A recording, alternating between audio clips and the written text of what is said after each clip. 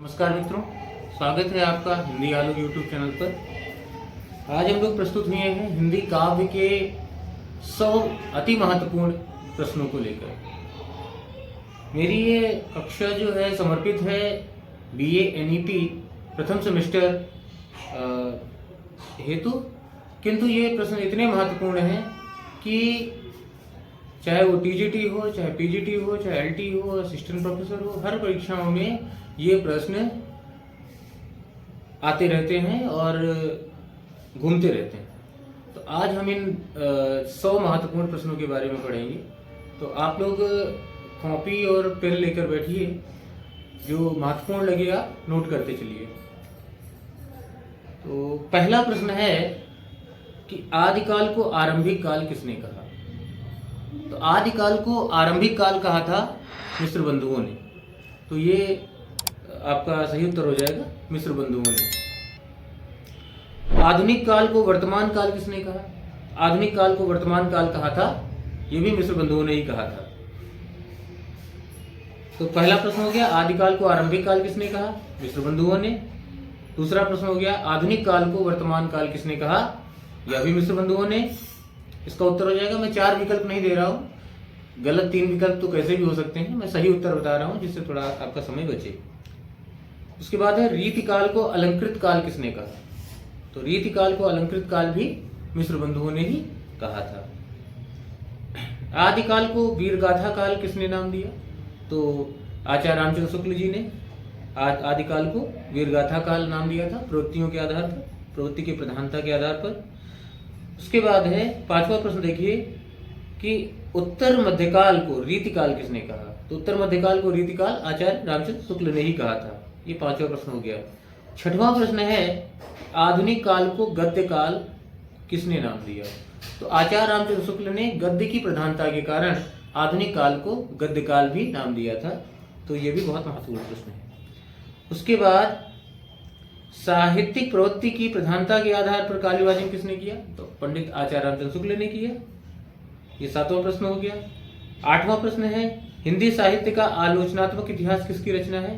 तो डॉक्टर रामकुमार वर्मा जी की रचना है। 9वां प्रश्न है कि राहुल सांकृत्यायन ने हिंदी का प्रथम कवि किसे माना?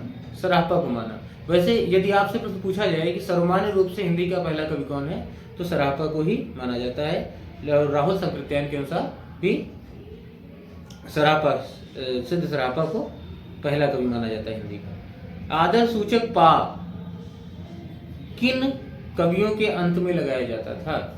तो ये आपको क्लास में भी पढ़ाया है हमने। ये आदर सूचक जो पा है वो सिद्धों के अंत में लगाया जाता था। पा मतलब इनका आदर सूचक था। जैसे हम लोग अपने नाम के बाद जी लगाते हैं दूसरों के नाम पे आदर देने के लिए, वैसे वो पा लगाते थे। सिद्धों की संख्या कितनी है? तो 84 सिद्ध थे। सिद्धों की संख्या 84 है। यह आपका 11वां प्रश्न हो गया। दोहा कोश किसकी रचना है? तो सराहपा, सिद्ध सराहपा की रचना है। सराहपा की रचना है, ये सिद्ध कवि है महत्वपूर्ण। ये 12वां प्रश्न हो गया। 13वां प्रश्न है कि चर्यापद किसकी रचना है? तो ये सबरपा की रचना है, ये भी महत्वपूर्ण सिद्ध कवि है। कड़ापा के ग्रंथों की संख्या कितनी बताई गई है? तो 74, 74 बताई गई है। ये 14वां प्रश्न हो गया। 15वां प्रश्न है, वे सांप्रदायिक शिक्षा मात्र हैं, अतः शुद्ध साहित्य की कोटि में नहीं आ सकती। आज ये कथन जो है सिद्ध साहित्य के बारे में किसने कहा है? तो आचार्य रामचंद्र शुक्ल ने कहा है।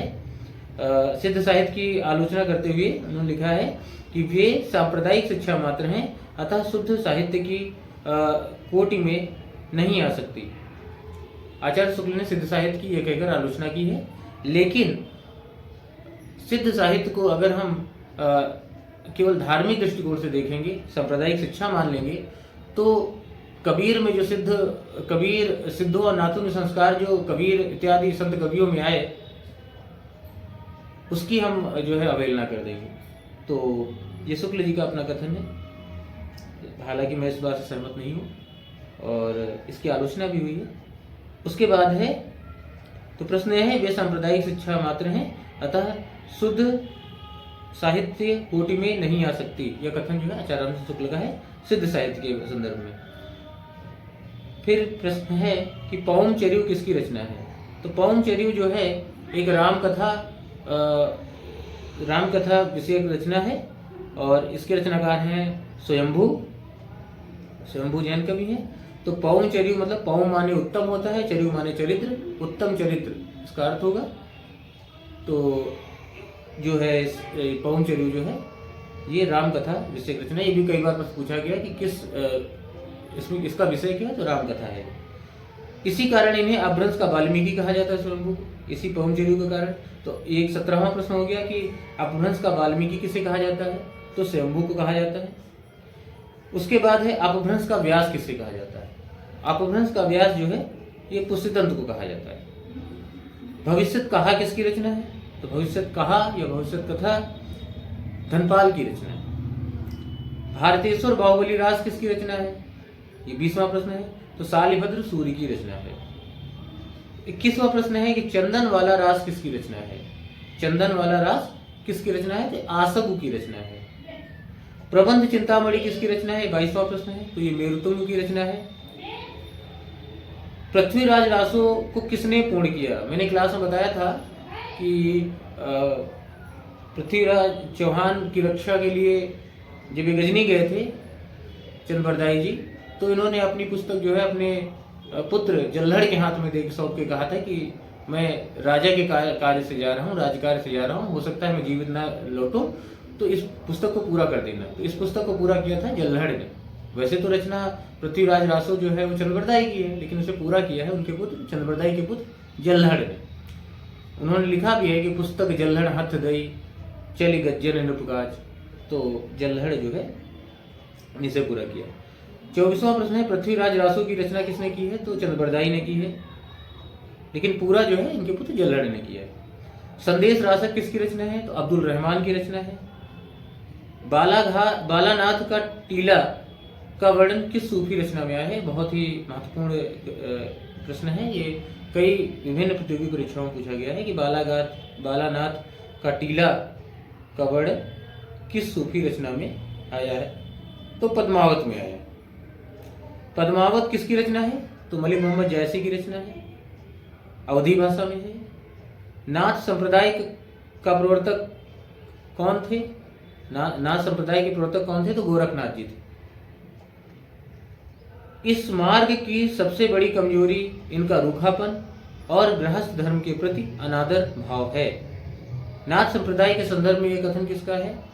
तो आचार्य हजारी प्रसाद द्विवेदी ने नाथ संप्रदाय के बारे में ये आलोचनात्मक टिप्पणी की है।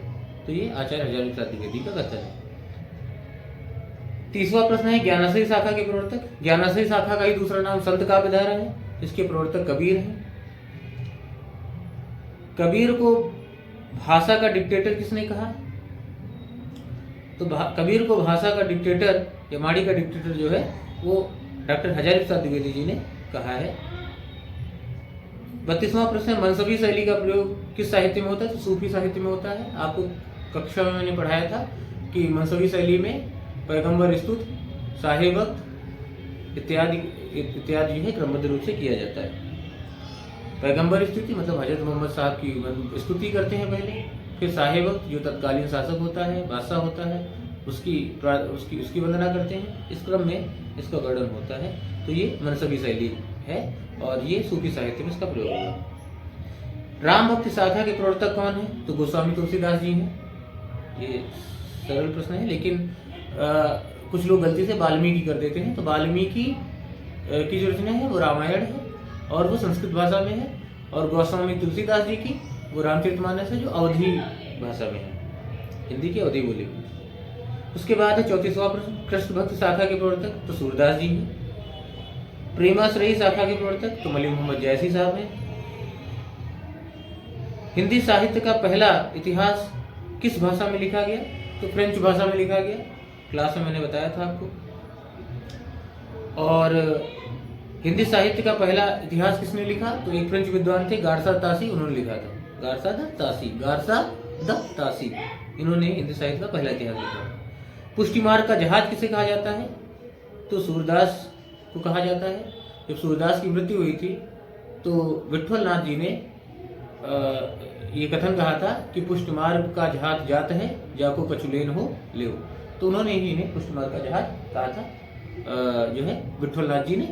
तो और ये जो है उनके पिताजी वल्लभाचार्य जी के शिष्य थे, प्रधान शिष्य थे। और फिर उसके बाद पूछा गया कि तो पुष्ट मार्ग जहाज किससे कहा था? सूरदास जी को। किसने कहा? तो विठ्ठलनाथ ने। अष्टछाप में कितने कवि हैं? अष्ट मतलब 8, अष्टछाप में 8 कवि थे। इसमें पहले 4 जो है वो वल्लभाचार्य जी के हैं और आखिरी 4 जो है वो विठ्ठलनाथ जी के हैं। नाथों की संख्या कितनी है? तो 9 नाथों की संख्या 9 है, 9 नाथ है। भाषा भूषण किसकी रचना है? तो जसवंत सिंह जी की रचना है। कवि कुल कंठाभरण किसकी रचना है? दूल्हा की है। ये 42वां प्रश्न हो गया। कवि कुल कंठाभरण, कवि कुल कंठाभरण किसकी रचना है? तो दूल्हा की है। शब्द रसायन किसकी रचना है? देव की रचना है। रीतिकालीन कवि है देव। काव्य निर्णय किसकी रचना है? तो भिखारी दास जी की रचना है। भिखारी दास जी ने लिखा था कि ब्रजभाषा हेतु ब्रजवास ही नानुमानियो, ऐसे वैसे कवि की वाणी ही सुजानियो।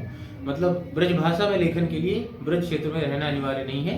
उन्होंने बताया कि पूरे भारत से कृष्ण काव्य जो लिखा जाता था ब्रज में ही लिखा जाता था। तो काव्य निर्णय की रचना है भिखारी दास जी की।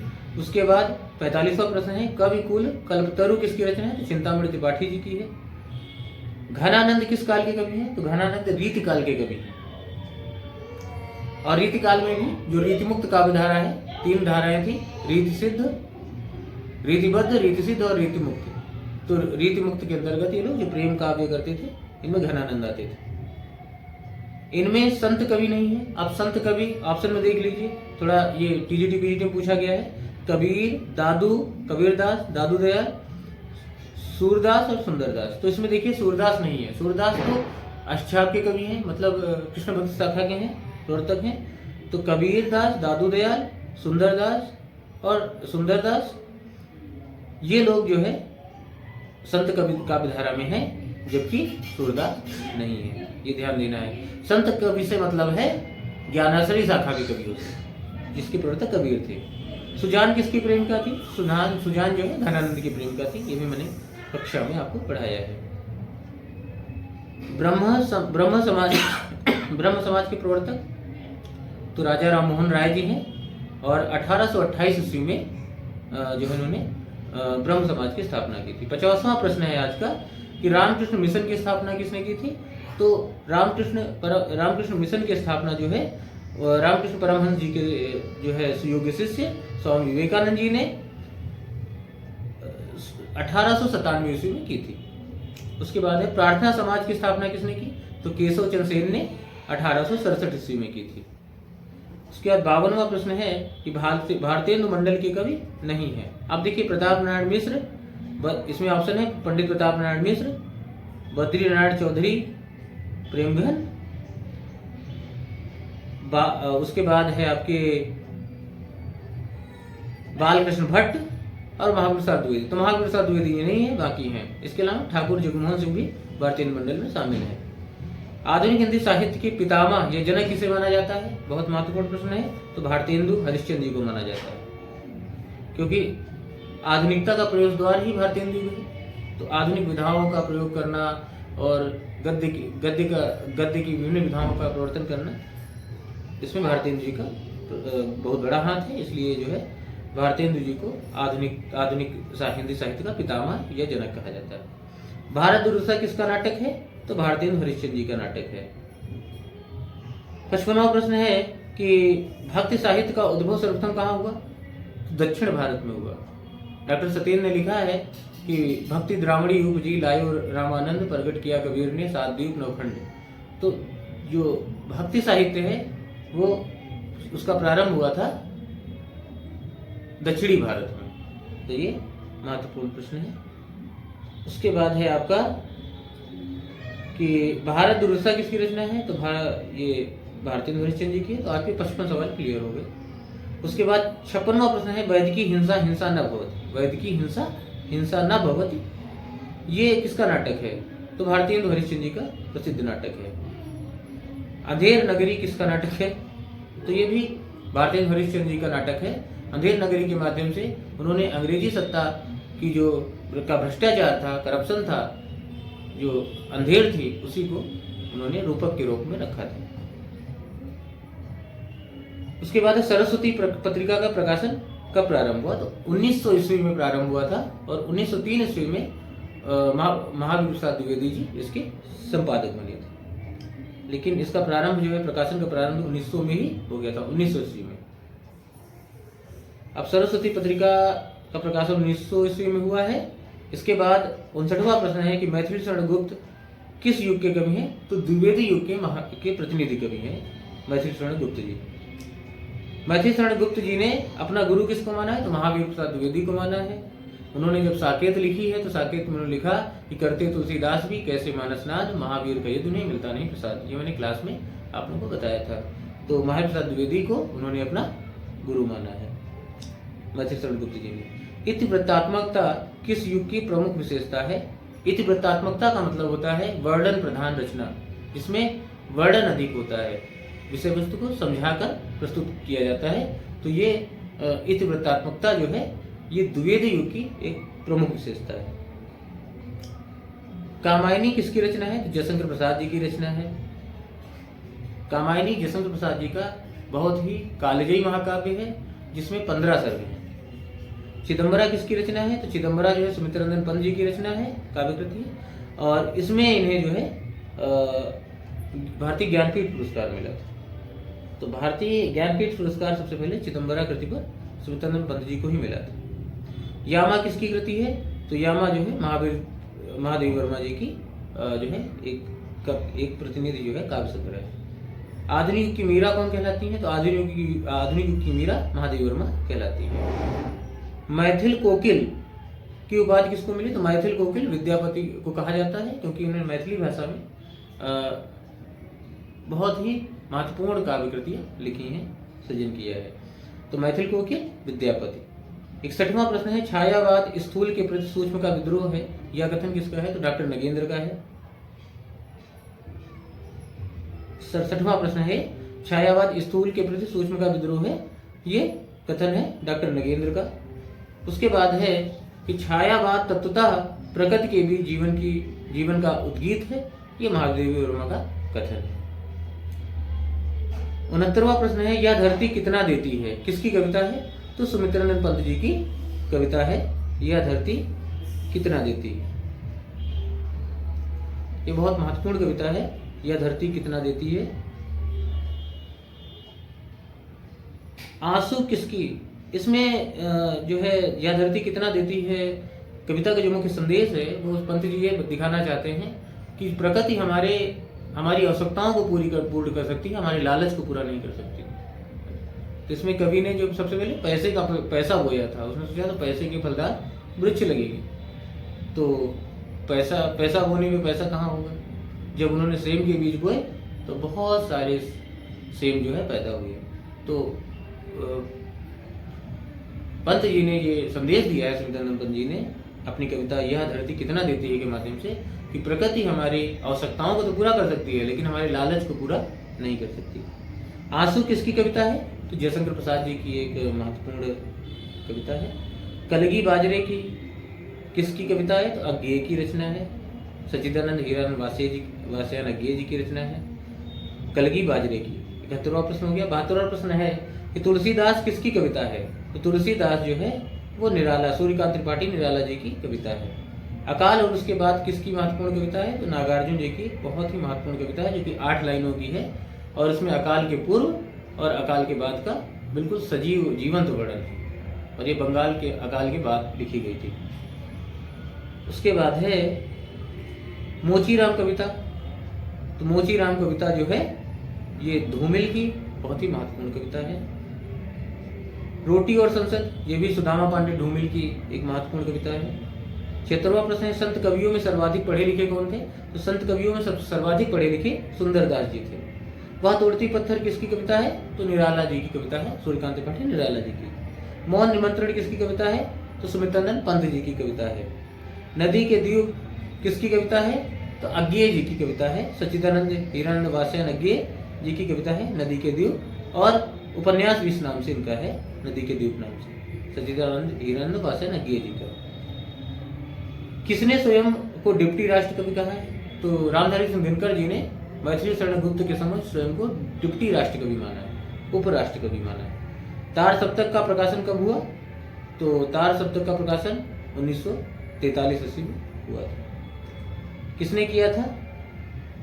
तार सप्तक का संपादन किसने किया था? अज्ञेय ने किया था, सच्चिदानंद हीरानंद पासे अज्ञेय ने। 83वां प्रश्न है, दूसरा सप्तक कब प्रकाशित हुआ? तो दूसरा सप्तक जो है 1951 ईस्वी में प्रकाशित हुआ। फिर 84वां प्रश्न है, तीसरा सप्तक कब प्रकाशित हुआ? तो 1959 ईस्वी में। खड़ी बोली गद्य और पद्य दोनों की भाषा किस युग में बनी? तो द्विवेदी युग में बनी, महावीर प्रसाद द्विवेदी जी के प्रयासों से। उससे पहले काव्य में ब्रज चल रही थी भरतेंदु युग तक, और गद्य में खड़ी बोली, लेकिन द्विवेदी युग से गद्य और पद्य दोनों की भाषा खड़ी बोली हो गई, गद्य और काव्य दोनों की भाषा खड़ी बोली हो गई। उसके बाद हम देखते हैं कि रहस्यवाद किस युग की प्रमुख विशेषता है? 86वां प्रश्न है, तो छायावाद की महत्वपूर्ण विशेषता है। 87 प्रश्न है, 87वां प्रश्न है कि रामचरितमानस किसकी रचना है? तो गोस्वामी तुलसीदास जी की रचना है। तार सप्तक में कितने कवियों की कविताओं को शामिल किया गया था? तार सप्तक में कितने कवियों की कविताओं को शामिल किया गया था? तो सप्तक मतलब सात कवियों की कविताओं को शामिल किया गया था, तो 7 महत्वपूर्ण कविता। इनमें से कौन सा विकल्प गलत है? इनमें से कौन सा विकल्प गलत है? पहला सप्तक, दूसरा सप्तक, तीसरा सप्तक, चौथा सप्तक। तो इसमें जो पहला सप्तक है वो गलत है, क्योंकि पहला सप्तक नहीं कहना है, इसे तार सप्तक ही कहना है। मैंने ये भी क्लास में बताया था आपको, ये प्रश्न आया हुआ है टीजीटी बीईटी। अष्टछाप की स्थापना किसने की? तो विठल नाथ जी ने की थी, जो वल्लभाचार्य जी के पुत्र थे, और अष्टछाप की स्थापना इन्होंने, विठल नाथ जी ने 1565 ईस्वी में की थी। तार सप्तक में शामिल नहीं है। अब तार सप्तक में कौन शामिल नहीं है? तो अज्ञेय, मुक्तिबोध, विजय देवनारायण शाही, नेमिचंद जैन। तो इसमें जो विजय देवनारायण शाही जी हैं वो तीसरे सप्तक के हैं। मैंने तार सप्तक, प्रथम सप्तक, द्वितीय सप्तक, मैंने तार सप्तक, द्वितीय सप्तक और तृतीय सप्तक, तीनों सप्तकों को कैसे याद करें इसकी ट्रिक जो है क्लास में बताई थी।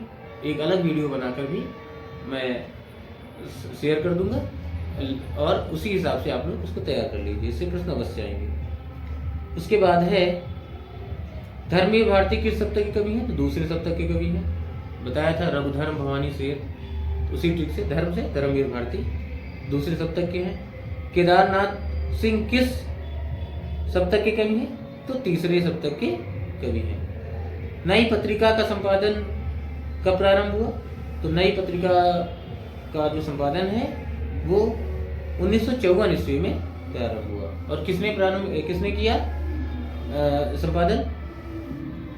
जगदीश गुप्त जी ने नई कविता पत्रिका का प्रकाशन किया था 1954 में, और तभी से नई कविता आंदोलन शुरू हुआ।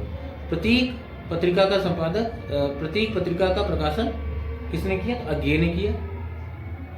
चांद का मुंह टेढ़ा है किसका काव्य संग्रह है? तो ये मुक्तिबोध का काव्य संग्रह है, गजानन माधव मुक्तिबोध जी का काव्य संग्रह है, जो कि 1964 ईस्वी में प्रकाशित हुआ था। सूर्य का स्वागत किसकी रचना है? तो ये दुष्यंत कुमार जी की रचना है। साहित्यकार संसद की स्थापना किसने की? तो महादेवी वर्मा जी ने 1955 ईस्वी में इलाहाबाद में साहित्यकार संसद की स्थापना की थी। प्रगतिशील लेखक संघ की जो मीटिंग हुई थी लखनऊ में, उसकी अध्यक्षता किसने की थी? तो ये मीटिंग हुई थी 1936 ईस्वी में लखनऊ में, और इसकी अध्यक्षता मुंशी प्रेमचंद जी ने की थी, प्रेमचंद ने की थी। उसके बाद आखिरी प्रश्न है हमारा 100वां प्रश्न कि चंद बरदाई किसके दरबारी कवि थे? तो चंद बरदाई जो है वो पृथ्वीराज चौहान के दरबारी कवि थे। कहा जाता है कि इन दोनों का जन्म भी पृथ्वीराज चौहान जी का और चंद बरदाई जी का एक ही दिन हुआ था, और मृत्यु भी एक ही दिन हुई थी। तो ये 100 महत्वपूर्ण प्रश्न हैं जो विभिन्न परीक्षाओं में आपसे टकराते रहेंगे, आपसे मुलाकात करते रहेंगे, और बहुत ही महत्वपूर्ण है। तो आप इन्हें देखिए और हर परीक्षा में आपको लाभ देंगे। आज के लिए बस इतना ही। मैं आप सबसे विदा चाहूँगा। जय हिंद, जय भारत, जय हिंदी, वंदे मातरम।